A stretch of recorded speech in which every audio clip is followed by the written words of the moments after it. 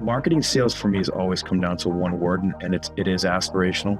People do buy things out of utility and out of need, but there's still always an aspirational part of every purchase. Like even if you have to buy that Hyundai, you want to make sure that it's a good looking Hyundai.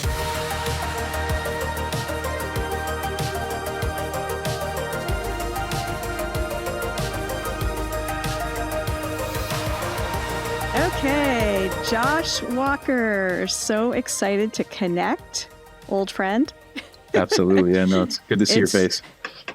You too. It has been a while. To give a quick background, we have known each other for how many years? Like 15 at least, At least right? 15, yeah, I would say maybe even a little longer, maybe 16, 17, so long time. Yeah, that's crazy. And you and James, my husband James, used to work together, and I'm sure we'll get into a little bit of kind of what you did there. But first off, I just want to say I am way impressed with how hardcore you are in your cold ass water surfing. It's everyone says I think you get a little used to it, and I think the wetsuits are great, and the small crowds are even better. So. Seriously, every time I see one of your posts, I feel like such a wimp because I'm technically from New England and I've gotten so soft and it's just crazy, but you seem to love it. How cold is the water when you're going out there? I mean, it's still right now like 41 degrees, 42 degrees. The coldest we'll surf it, is 7 degrees, maybe a little lower. A lot of it has to do like the wind temps. If the wind is insanely like single digit windy, you can't really manage. But this year there's been a lot of swells, a lot of storm activity. Like we're all dealing with a lot of crazy storms this year. It's been bad for the beaches, but it's been really good for surfing. So knock on some wood. Yeah. Crazy. Yeah, James has been doing the cold plunge at the health club that we go to, and I gotta try it. It's funny. So I'll use you as motivation to get in there. Still haven't done that. I'm still scared to do the cold plunge. I'm like, well, I figure if I'm in there in a wetsuit, I won't do the cold plunge. I still feel like that might be too cold, but you don't need to do it. That's the thing. You're in it. Oh, exactly. Man. Awesome. Okay, so you are the co-founder of 1620 Workwear, right? Correct. Yep. And you previously co-founded another company, Burn Helmets, correct? Correct. Yeah. In 2004, we got that off the ground. So, and 1620 was 2016. So two-time entrepreneur. So it's been a kind of a crazy journey to get here. Yeah, amazing. And all consumer products. I think you have such a strong marketing brain, and the marketing with the entrepreneurship drive, and just such an eye for creating quality product too, which I think is so important for anybody listening who's thinking about creating a product. I think quality is more important than ever. And so I think you'll have a lot to share around that. So anyway, I wanted to jump in. We'll Sure. Go back to your kind of background, a little bit more, but I wanted to jump into talking about just like disrupting a tired category. Because I think that is like, again, this audience watching, listening, these are people who kind of have an idea or have, maybe thinking of a twist on a product or an industry or something. And you've done this twice. I did this once, and it's not easy, but it's also a great way to stand out and to carve a niche out. So I'd love to kind of just hear from you first on like, what's your perspective on, disrupting a category, which you guys have done an incredible job with, 1620 Workwear. And, what's your experience and kind of just advice for people who are looking at doing that, given you've done it twice? Yeah, it's a great question. It's so challenging in 2024. I mean, just from a trademark, like naming what your brand's going to be is so challenging. I mean, so many ideas and so many concepts at this stage in the consumer, atmosphere, ecosystem. It's just really, really challenging. I do think you touch on the fact that there's always room to go premium with a lot of categories. We're definitely in a world where there's just so many throwaway items. It can be in houseware, it can be in clothing, it can be like in accessories, sporting goods, all that kind of stuff.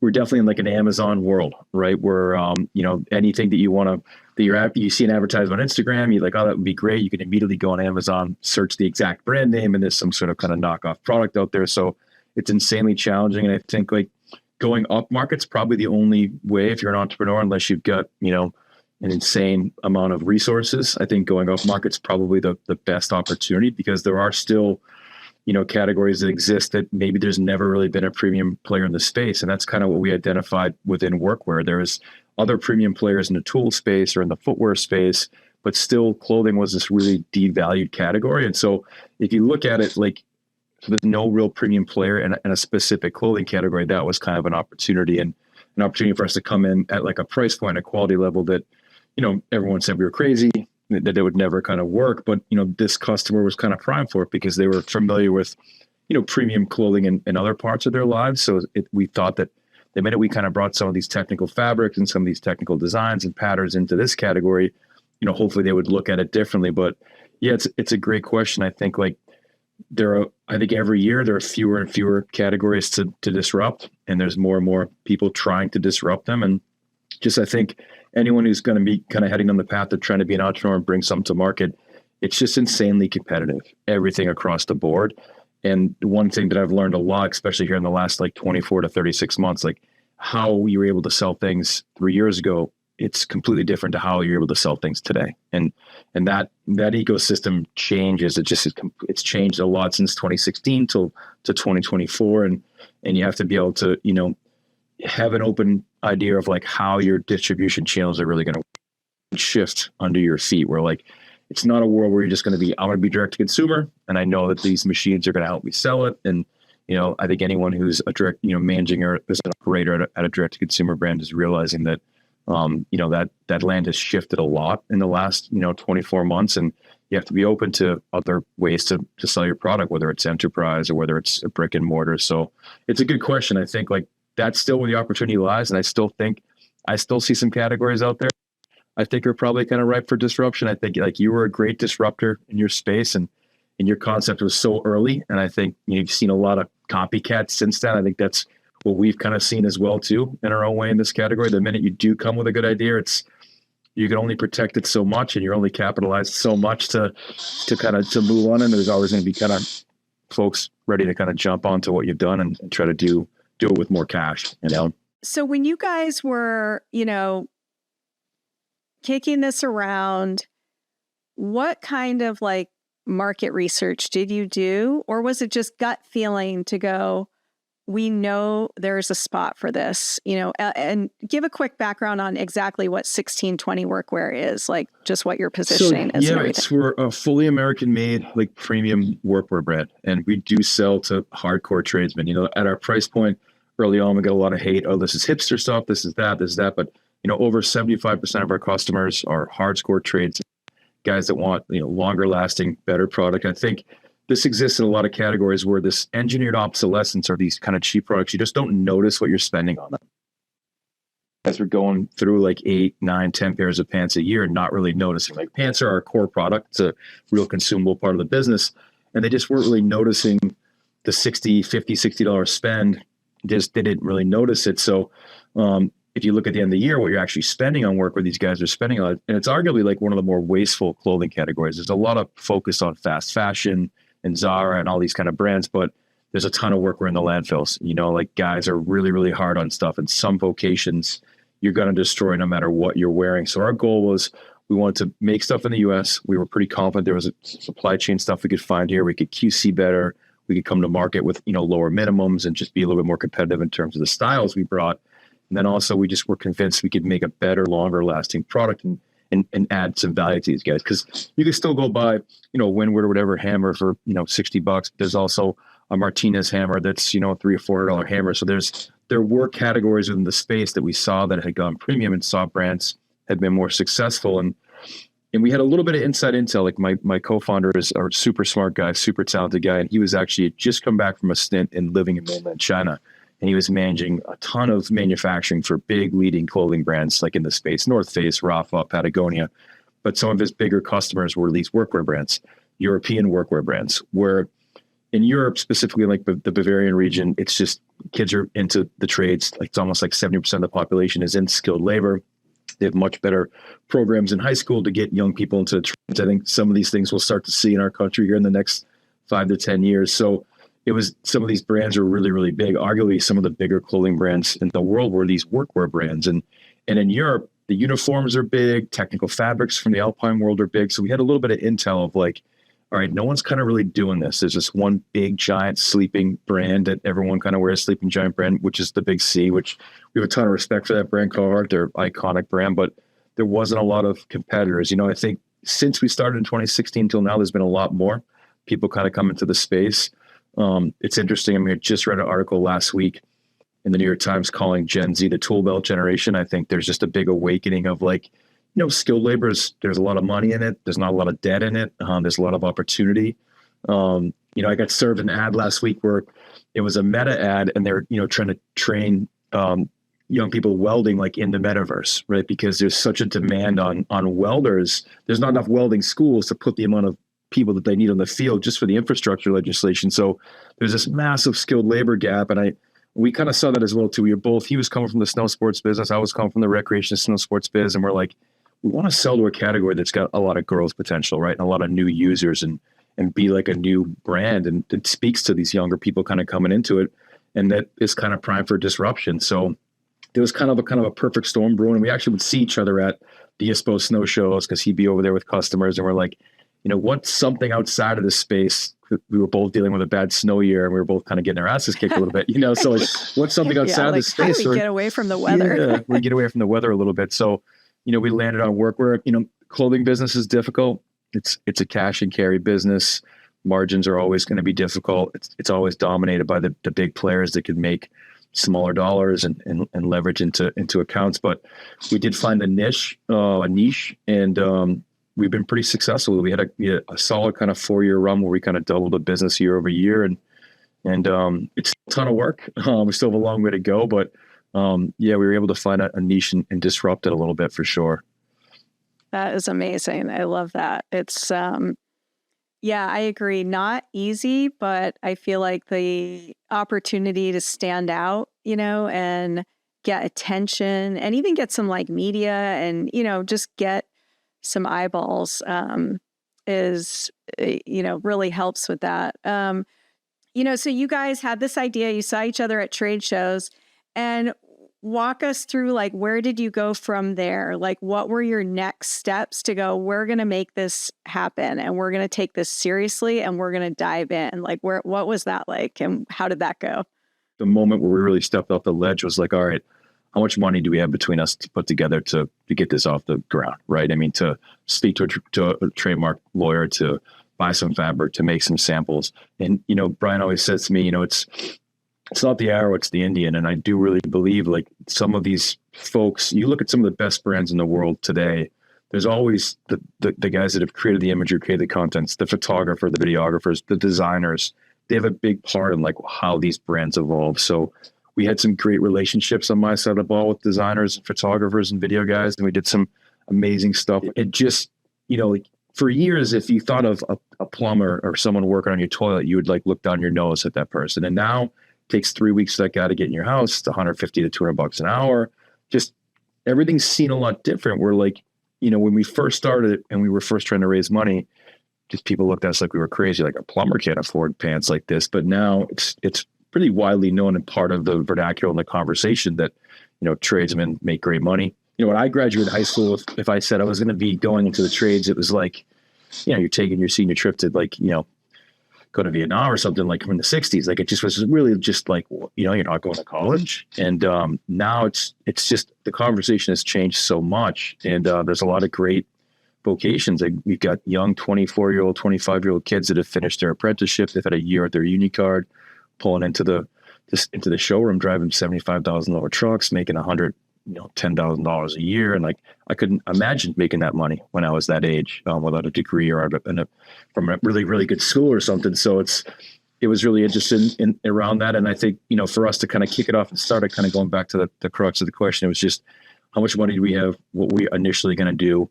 And Ted has been just a great leader and a driver. And like our roles have shifted a lot kind of over the years. I mean, he's the CEO, I've been the CMO, but he's always been a guy who's really kind of driven the business and driven the idea of the business of where it's going to go, and made like some really key decisions early on to get us going. And so we just built a launch collection. We put our money together, we incorporated, got a business lawyer, explored trademarking the name, which is a whole nother story because we had to buy some folks out, but, and then made a launch collection. And we said, all right, so 150 pieces of this pant, 150 of this pant. And these 2 pants are still on our line today. And let's see what happens, right? At the time, the price points were outrageous. It was like $198 for one pant, $228 for another pant. The average price for a pant in the category at that point was $49, right? So we just didn't know what was going to happen, but we sold them out. We sold the 300 pieces of pants out in like a little less than 2 weeks. So we said, okay, there's something here. Let's what are the next steps to kind of go from being able to sell these pants, get a little operating capital, of course, and then where do we kind of go from there was the initial step. But it was a gut check, right? Because neither one of us had a ton of money in the bank, and we're both pretty simple dudes. He went to school up in Maine Farmington. I went to school at Plymouth State.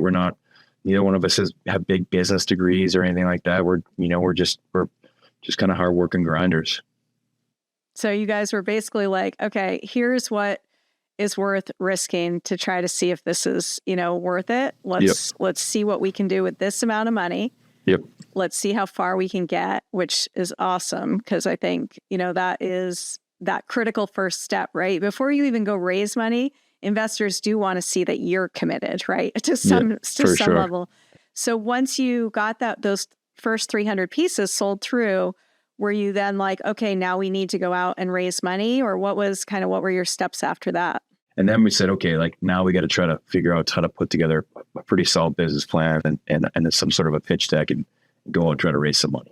We had a pretty solid business lawyer at the time who wasn't insanely expensive, who in retrospect was pretty critical in terms of advice and just leadership and how to go about things and making sure we had some of the key docs we would have to have investors take us seriously. He did these great roundtable dinners that he'd invite clients to. We got in on a bunch of them. We were definitely the odd ducks out at a lot of them, but just to have some good initial conversations, try to get people to give you money. It's, building a brand, building a product line, raising money, like two full-time jobs, 2 totally different jobs, and 2 very difficult jobs in their own way. And, raising capital is insanely difficult, and you can make a ton of mistakes early on that just set you up for failure from day one. So we got some good advice, and our first round was, it was a note, and we were able to kind of kick the valuation down the table a little bit. We were able to kind of raise some good friends and family money, and it was enough kind of seed money to get us on our way. To date, we've only raised money 3 times, and it hasn't been insane amounts. We've been lucky enough, but with each round comes new challenges, and with each round, your initial friends and family get squashed a little bit. I mean, the drill. It can be it can be a pretty painful process, but it's in today's day and age, it's a very expensive thing to build a company and sell a consumer good. And whenever I hear the story of they've never raised money and they got the flywheel spinning and it was cash positive from day one and they've been successful. I mean, you're just like, oh man, that must have been nice, because it's those stories. I think they're pretty rare bird stories though. They are. Yeah, I agree. Yeah. Real quick. So for people listening who might not know, because I did the same thing, convertible notes. So essentially the benefit there, you're not establishing a share price up front. So you're basically bringing money in, they're signing, the convertible note is what the paperwork is technically called. And then what happens is when you do go raise another round down the road and you do set a valuation, those initial convertible note holders get that future share price at a slight discount, right? That's how we set it up. Is that kind of the same? So there's an advantage there it's a small incentive for those early investors because they know they're going to get the shares, the future share price at a discount. So for sure, it's a great way, like you said, to kick that valuation down the road because it's so hard to choose a valuation up front. And so that's a great structure. But yeah, I agree. Having a good business lawyer, man, setting things up the right way, so important. Critical. I unfortunately didn't find, I don't think, a reasonably priced one, but I still think it was worth every penny and it saved me a lot of headaches down the road. And honestly, probably from getting sued and other things. Like it's important. So awesome. I love that. It's, yeah, it is a grind, that's for sure, but it's possible. You did it. It's amazing. Yeah. So switch gears real quick. I want to go back to this idea of, this is totally a little bit of a tangent, but I think it's so important. Sure. Because I think a lot of people who are looking at, seed money, it's like, what do I want out of life? What do I want to do? There's like this drive there, right? And this questioning of like, what am I doing with my life, right? And I think I totally agree with you. Like when I graduated high school, and even in when I was getting my MBA, it's like you have to do these things to be considered successful, right? And I think that has totally taken a 180. It's so much more, and I don't know how much COVID influenced this, or if it's just people are finally fed up with that.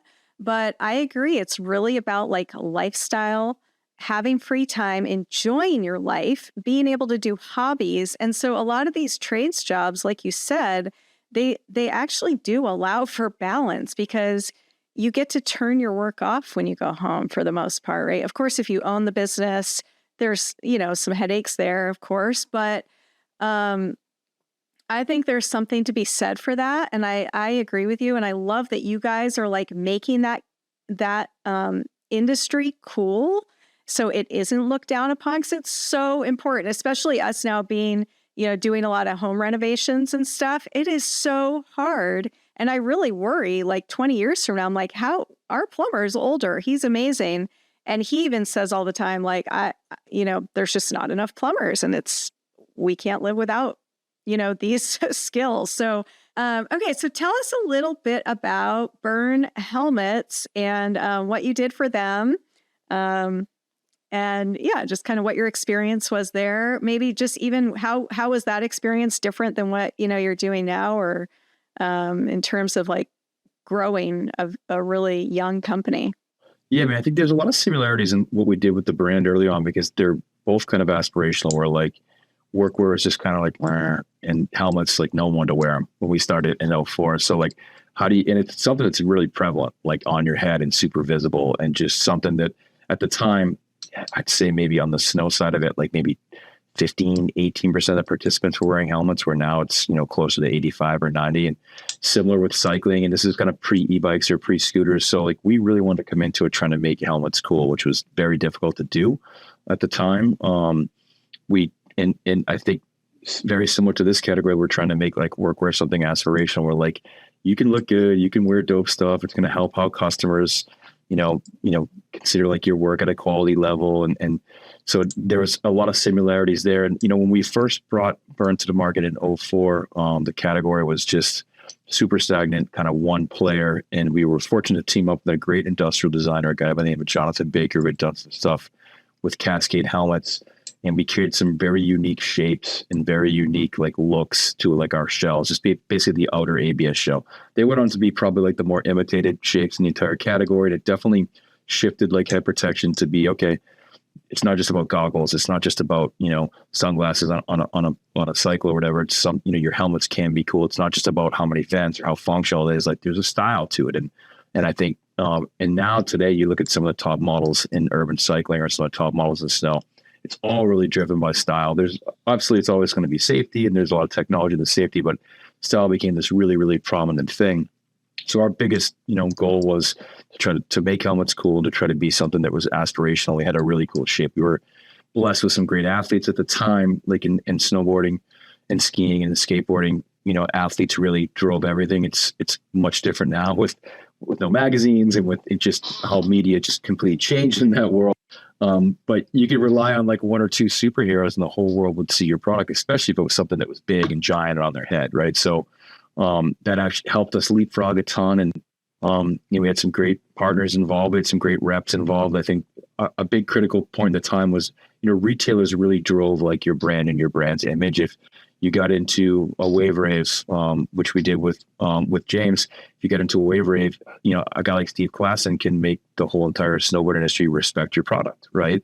Or if it's Evo Gear in Seattle, a guy like Bryce Phillips can make the entire Northwest respect your product. So it's really, really driven by retailers back then, and really driven who was backing it, who was selling it. And I think that the two biggest windfalls for that company at the time was just the aesthetic and the design, and a lot what JB brought to it. And then like the people and the rep force. I think like this stands as true today as it did back in those years at Burn. Like people are the most important factor, and like that the chemistry and the culture, and culture is everything with a brand. And I think culture can go one or two ways, and it can be really detrimental to a brand as well too. And it's something you kind of always have to really keep front of mind. You want to have people immersed into your brand's culture, the right way to sell it. And for Burn, we had just insane rep force. I'm like, listen, deliverability, quality, like all these things, they were never really on point for a long time because we were a small bootstrap company, started very much the same way, like in a bar with just the money that myself, Adam, and Dennis had, the three guys that started it. But we had this amazing team of reps that no matter what, these guys trusted them. They were going to give us a shot. And it pretty much the biggest reason why it was successful and kind of made it in a category dominated by monsters. And the similarities of 1620 is the same thing. It's a category dominated by monsters. The Ariats, the Carhartts, the Duluths. These are just massive, massive companies. With I think at last report, Carhartt's close to a $4 billion company, right? So it's really, really big companies. I mean, Carhartt did 150 or 160 million revenue just in the cuff beanie like a little over a year ago, right? So like, they're just you're up against monsters and culturally defining brands. I mean, Carhartt's a culturally defining brand. Still family owned, still an amazing company. They've actually been really good to us. We've had great conversations with the principals there, and they've offered to help us at some of their U.S. factories, and they operate in a way that's kind of enabled them to, how many times P's probably tried to buy them, they've said no, and you kind of have to respect that a little bit. But those are the similarities, and I think at the end of the day, like just marketing and sales for me has always come down to one word, and it is aspirational. People do buy things out of utility and out of need, but there's still always an aspirational part of every purchase. Like even if you have to buy that Hyundai, you want to make sure that it's a good looking Hyundai, and it's the best looking one that you can afford. And I think that's just human nature, right? Aesthetics matter, and like what the purchase feels like matters, even if it's a soap dish. It's still gonna matter a little bit. And I think it's a really important part of getting people to buy things when it comes to or things that people are wearing. It ratchets up a couple notches of the importance level in my. Yeah, I would totally agree. I think too, like one thing you guys are doing, and I'd love to hear about this more, is made in the USA versus made overseas, and that, like, what was that decision? Because I think that's another big thing of aesthetics is important, but also sourcing is super important now. And I mean, I know I've just gotten more and more picky about brands I buy from. Where are they producing? What are the materials made of? For me, like non-toxic is so huge. So what drove that decision? And, again, for people who are just starting out, I'm sure it's a little bit like category specific, but what would you say to help someone try to decide, if they should produce overseas or if they should try to produce in the US? So yeah, what was that decision to stay in the US, and what advice would you have for anybody, looking to do that now? Yeah, it's a great question. I think at the time for us, it was easier to make stuff in the US based upon minimums. And in 2016, like if you still want to make, clothing overseas, it's definitely easier now, right? I mean, Alibaba, a lot of things have changed how you want to make things overseas. I mean, you can have a Zoom account and an idea and create a collection of clothing pretty easily these days. And I think a lot of that has to do with just the demand in manufacturing in certain places and shifts from China to Vietnam and Bangladesh and these places. It's just, they want the business so bad that you can do things a lot easier and a lot cheaper. But at the time, the minimums are so high to do things, and fabric costs, the amount of fabric you'd have to, make a commitment to were so high that it actually made more fiscal sense for us to kind of start to build the collection in the US. And then for this customer, the blue collar customer traditionally really leans towards American made stuff. There's all these established brands in the categories, whether it's a Thorogood boots or Martinez hammers or Snap-on tools, or even like the vehicles that traditionally are associated with blue collar labor. There's a lot of like affection for American made stuff, and it's not so much like political ideologies whatsoever. It's more just about like their jobs and American jobs and what American jobs mean. I think, through the pandemic with the supply chain issues, we really saw it rear its head, where we've gotten a lot of requests, whether it be from large car manufacturers or large equipment manufacturers, where these guys were off work for a long time because they couldn't get the parts they needed, to get shifts. So now when they're looking at their uniforms, they're yelling at their superiors like, "Hey, we want to wear American-made clothing. Look at the trouble we just went through because you're sourcing all of our parts from overseas anyway. Like, we want more American-made in the supply chain." And we saw a huge windfall through that. It was pretty wild time through the supply chain where like no one had workwear for uniforms or hoodies or all this stuff. So we saw a huge benefit in that. And it's also a double-edged sword where like it's really expensive to make stuff in the US. And if it wasn't for Berry compliancy, which is basically the legislation that requires, all government military uniforms to be made in the US, there wouldn't be American manufacturing. I think one thing people don't understand is as late as like the early 90s, there was still a large percentage of clothing made in the US. Somewhere like around 75 or 80% of the clothing was still made here. Now it's less than 3%. So it's really offshored at an insanely rapid pace. And we've actually moved a little bit of our manufacturing to, some other places, not overseas, but like just other shops around the country because it's changed so fast. Like we do make a lot of our stuff still here in our home state. We also make some stuff in North Carolina. We've opened up some stuff in Texas, stuff in California, and it rapidly kind of changes. And it was super eye-opening to drive into some of these communities, whether it's in Kentucky or Tennessee or North Carolina, and see what the garment industry used to mean to these areas. I mean, you could just see it in the infrastructure and the buildings and just the status of these places socioeconomically. You could see it, right? It's just on the surface, it's palpable. And so we're super proud to do it. We also think that like the quality is insane, right? I mean, there's definitely amazing sewers here. You can QC things a lot better. It's a lot easier to QC things in our factory here in Massachusetts when we could drive to it than so we have to, fly thousands of miles. I was going to say, let's be real. We don't have to fly to China. Huge bonus. So, and I think like there's certain categories where I think it's really a benefit and a bonus. I think, and I think workwear is one of those.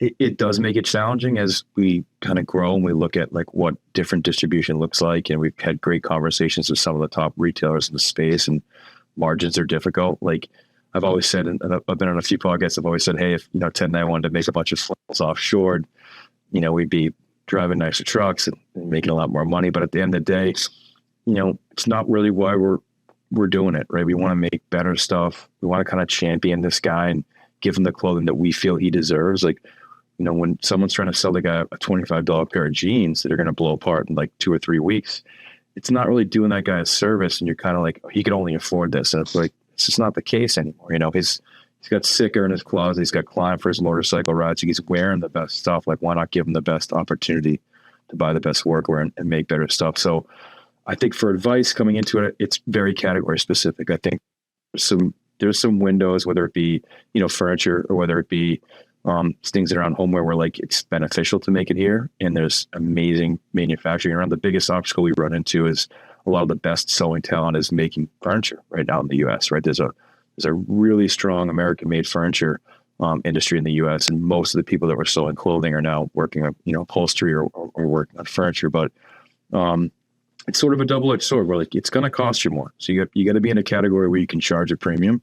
And it can be easier initially to kind of start up, but there isn't these massive like margin breaks when you hit volume levels. It's a little more difficult for American manufacturers. It just gives them the opportunity to like hire more people and have a more successful business. It doesn't really give them the opportunity with what labor rates are to give you cheaper stuff where like you'll be able to find a lot more opportunity with like that overseas. And we're up against brands where that's their jam, right? They're making everything in like the dirtiest, darkest places. And there's a lot of, human suffering in the supply chain with clothing. Let's just call it what it is. It's a gnarly business. The rag game is a gnarly business in that way because it's labor intensive, but I've always said this and I'll leave it at this. I've always thought that American manufacturing sewing jobs are like sanctuary jobs because it's always first and second generation, that know how to sew. There's not a lot of folks that were born in the US that are sewing still or know how to sew. It comes from other places. It comes from immigrant labor. It comes from folks coming over here that want to work hard, that know how to sew. So to not have those jobs, it's not a good thing. And you want to have those jobs. You want to give these folks, this opens the door to, the quintessential American dream, to like, you work hard, you make money, and you give future generations different opportunities, because sewing's difficult work. There's nothing glamorous about it, but it's good work. And it's skilled work, and you have to have the experience to do it. And so I've always kind of referenced it that way, where like they're super important proletariat jobs to have. And I wish there was more stuff made in the US. I think it would be better for all parties. I wish the clothing brands that were making stuff in the US worked together more. And I think like that one united message would resonate more with consumers. I think we could help each other in so many different ways when it comes to fulfillment, when it comes to just raw materials, all these kind of things, instead of competing against each other, which we kind of find ourselves doing a lot. We're really trying to take market share away from the guys that are making clothing in Bangladesh, right? At the end of the day, like that's who we want to take business away from. And I think if we work together more, we could solve it and maybe get better price points and maybe make it, because the average working guy probably can't afford 1620. We know it's the top 20, 30% of the working force because of our price point. But those guys probably still would all love to support American made if they could, Yeah. Yeah. No, I love that. Yeah. I think it is really important, and it is really easy to forget. I mean, I've seen some of those horrible factories firsthand. I've been in them, and it is heartbreaking. It's really hard to even like comprehend the conditions that people have to work in, and that we just buy this stuff and don't even think about it, and it's really easy to forget too, even having been there. It's like you just kind of, you don't think about it. Out of sight, out of mind. Yeah. So how do you guys, how important and how strongly do you guys put that, in your marketing message? Is that kind of really woven throughout your whole brand? Absolutely. It's always been part of it. And for us, it's always been a big sustainability message. We are the first workwear brand to have, we're not the first brand to start a resale program, of course, and everyone does take their lead from Patagonia and their one wear program. But we have a similar program called Patina, which we like resell used workwear. We fix workwear, samples, doubles, give them all like a second life. It's a super popular program. We get a drop coming up in a week or so, because at our price point, you can get, we use such super high quality fabric that like you can really repair our pants. We offer a lifetime warranty on our garments, and like still to this day we don't have a ton of stuff come back, because typically a guy wears a pair of pants for a couple of years, he sees so much value in it that he's reticent to even send it back. But if he does, we'll fix it for him, and then if he wants to upgrade, we help him upgrade, and we take that pant, we fix it, and we resell it. And so for us, the American made thing, it's a really sustainability. Ted and I are both avid outdoorsmen. We both really care about the environment, and I think you can't get a smaller footprint than making stuff in your home state. And we have some products where the fabric is milled in Fall River, Massachusetts, and we sew stuff with a contract manufacturer just south of Boston. So like the footprint of that product, you can't get smaller, right? There isn't a brand that has a smaller footprint, and we're super proud of that. And just it's a more sustainable kind of green practice. So we've tried to really lean on that, because we both feel strongly that that's one of the pillars of the brand, is like the sustainability thing. And there's a time and a place to wave the flag that we make it in the US. I think it's been great for collaborations. We've done a lot of really great brand collaborations with other USA made brands. There's a lot of great brands in the space. We just did some really cool stuff with Darn Tough Socks. We just did a big event with them at a big trade show, all these influencers, and got all the guys that were on 1620 into Darn Tough and vice versa. And so like it's opened a lot of doors where, there's some brands that are really, committed to American manufacturing, and it helps a ton with collaboration. So that's been fun. That's awesome. Very cool. Oh my gosh, you're like such a wealth of knowledge. It's amazing. I'm verbose. I love it. You can't stop me from talking. I want to get going. So no, it's great. I mean, it's just incredible experience. To close it out, because I want to be respectful of your time here. I know you're busy. What are your goals, I guess, for 1620 at this point? And, if you were, it's so much hard work, right? We know that it is a lot of work growing a brand. I always say it can be the highest of highs and the lowest of lows every day, For sure. And it's just an incredible process, but it's all worth it.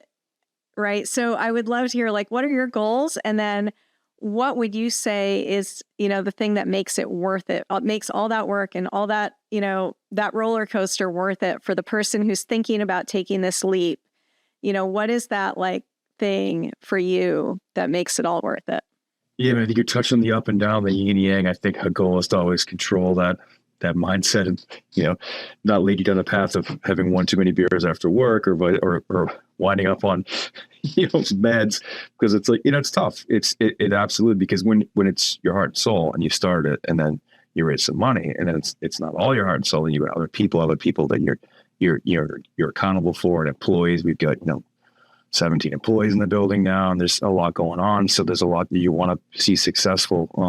I think just maintaining that, you can always do better, but you always want to make sure that you keep, culture in mind, that you keep mental health in mind, you keep all these things in mind. They're all congruent with healthy growth of a business or healthy growth of a brand. And you never want to just put the growth of the bottom line over those things, because then what's it really kind of for at the end of the day? And I think, goals for us, we're going to continue to grow the business. We do have some investors. They're as you know the deal, and anyone hopefully listens to the podcast knows the deal.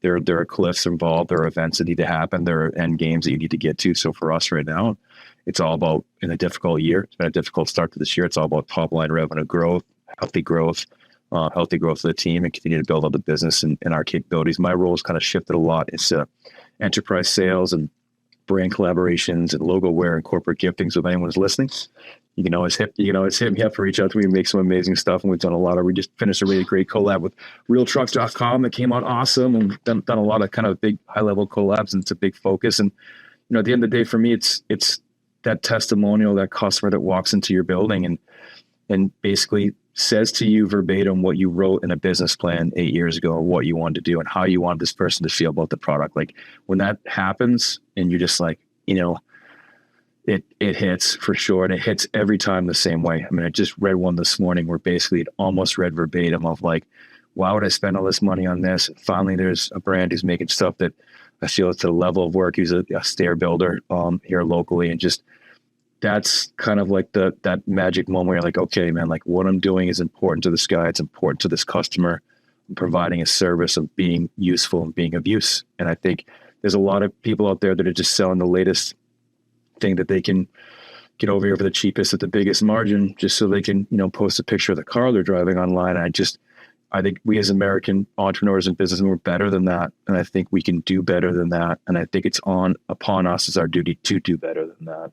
And that's what I come to work every day, kind of trying to do. I want to do the best I can for this guy who's out there working his ass off for his family. So he doesn't blow his crotch out at, before lunch, and he's got the best tools he needs to get the job done and get it done looking good and feeling good. And that's kind of what drives us, both of us, every day in the building, Oh my God, I love it. Very cool. And that's what we need more of too, right? That's what we got to have more companies. I think that's one of my biggest fears. It's like these bigger companies are just getting bigger and bigger and bigger. And it's just going to be we're already, close to that, but it's just going to be nothing left but these like giant corporations, right? And there is a place for these more niche products, and so yeah, I think it's really important. Very cool. Well, so fun, Josh. Is there anything else you wanted to say that tell us, like, where can they website, find you, all that good stuff, like what you guys are focused on right now? So our website is www.1620usa.com. So 1620usa.com. You can find us on Instagram at 1620usa, at 1620usa. You can send me an email direct if you ever want to chat about anything. It's Josh at 1620usa.com. And we're directly to consumer right now, basically in our business, but we do a lot of uniform and enterprise business. If you've got a small company and you want to get the best logos, logo wear, polo, hoodies, all that kind of stuff, we love working with small businesses. We are a small business and we want to support the small businesses. And thank you. Please give your husband a huge hug for me. He's one of my favorite guys. James has been a guy I've learned a ton from both of you guys, and your entrepreneurial journey as well too. I learned a ton from you when you were going through it. You were always super candid with me, and I think you're amazing. And I think, like, hopefully that anyone who's listening to just takes away that, like, there's a lot of good things entrepreneurs can still do. What you see every single day, where it's just what you're taking people to. There's a lot of really good things that can be done from an entrepreneurial spirit to make Americans' lives better and make people's lives around the world better. And that's the stuff I love to see. And hopefully that's the message I'm kind of putting out there. Love it. Awesome. Thank you so much, Josh. Hopefully we get to see you in person at some point for sure. soon. No, I know the water's too warm out here for you. No, I got to come see you guys. I'm someday soon. James and I still chat, so I appreciate it. Thanks so much for having me on. Awesome. Okay. Have a good one. We'll talk to you soon.